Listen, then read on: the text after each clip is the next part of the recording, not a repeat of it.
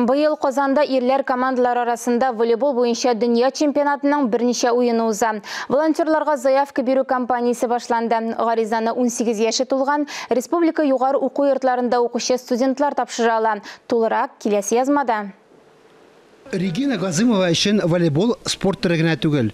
Үзе дә 3нче сыйныфтан бирле уйный. Барлык турнирларны күзәтеп бара. Дөнья чемпионатына студент-волонтерлар җыелуларын белгәч, шунда ук катнашырга теләк белдергән. Огромное масштабное мероприятие. Бу бик масштаблы чара. Минемчә, һәркем өчен мондый ярышларда волонтер буларак катнашу кызык булыр иде. Идел буе дәүләт физик культура, спорт һәм туризм университетында булачак ярдәмчеләр өчен таныштыру лекциясын укыдылар. Волонтер булу өчен 3 этапны узарга, онлайн анкета тутырырга, әңгәмәдә катнашырга, курсларда укырга кирәк. Это уникальная возможность студентам. Бу студентларга үзләренең һөнәри күнекмәләрен күрсәтү, аларны профессиональ эшчәнлеккә әзерләү, спорт чараларының ничек оештырылуын аңлау өчен уникаль мөмкинлек. Татарстанда яшәүче республика югары уку йортларында белем алучы 18 яшьтән өлкәнрәкләр гариза бирә ала. Инглиз телен белүчеләргә, волонтерлык тәҗрибәсе булучыларга өстенлек бирелә.